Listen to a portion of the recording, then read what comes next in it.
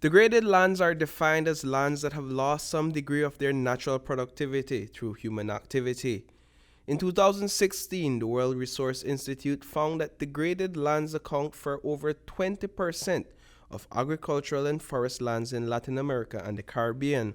The institute further discovered that some 300 million hectares of the region's forests are considered degraded, and over 350 million hectares are classified as deforested. The United Nations Food and Agriculture Organization and other reports state that the world has lost 1/3 of its forest, an area twice the size of the United States. Global deforestation reached its peak in the 1980s.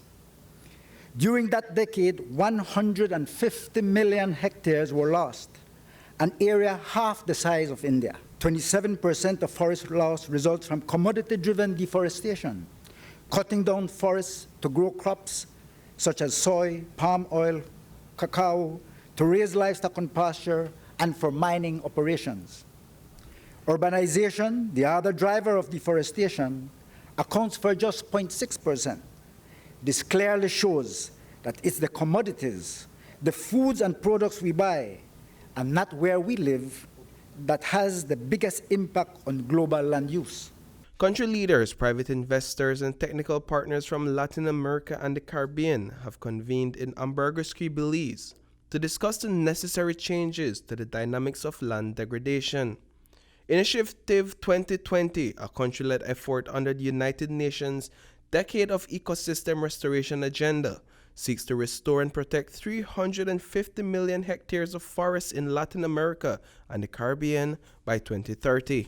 We're blessed to be in one of the most beautiful places in the world. We could be snorkeling, we could be scuba diving, we could be zip lining, we could be swimming, we could be doing lots of things, but we're not. We're here. And I think there's two reasons we're here. The first reason is that we care. And we use that word a lot. I care about something, but it's one of the most important words and emotions, I think, in human society. We deeply care about these ecosystems, protecting them, restoring them, producing food more sustainably on them. We deeply care about the people that live in these ecosystems that aren't getting what they need from the land. We care. The second reason is that we know there's a better way. While Initiative 2020 requires each country across the two regions to do its part in restoring its forest, all these countries must agree that there will be a coordinated effort towards achieving that goal.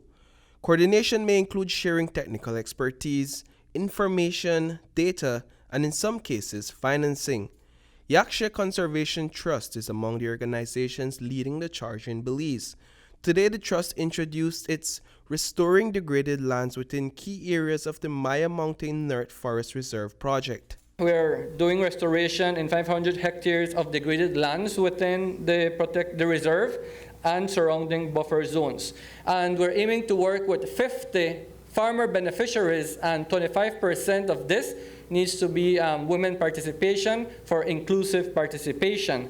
And these training topics involve soil care, propagation techniques, restoration techniques, and farming best practices for agroforestry and also subsistence farming. The project aims to distribute 35,400 saplings. Out of that, we have achieved about 64% that has already been grown and delivered to the farmers for planting. Along with all the science, the community outreach, and protected areas management work, we have an education campaign and are creating education outreach awareness that we have already started working. Launched in 2014, it is the first time in the history of the regional meeting surrounding Initiative 2020 and land degradation that the head of state was present. Prime Minister John Brisena gave the keynote address at this morning's opening ceremony. Following his speech, PM Brisena discussed efforts within Belize. I'm sure you could find examples of where we've been bad at it, and certainly when it comes to agriculture, the large-scale agriculture that we have.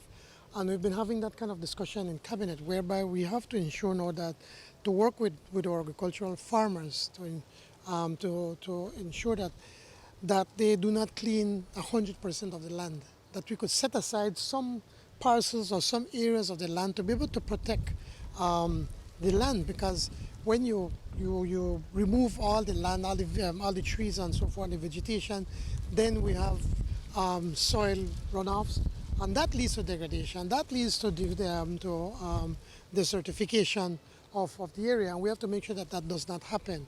But Belize is a good example of where more and more our farmers and even people in the NGO community, the people in tourism understand the importance of protecting our land.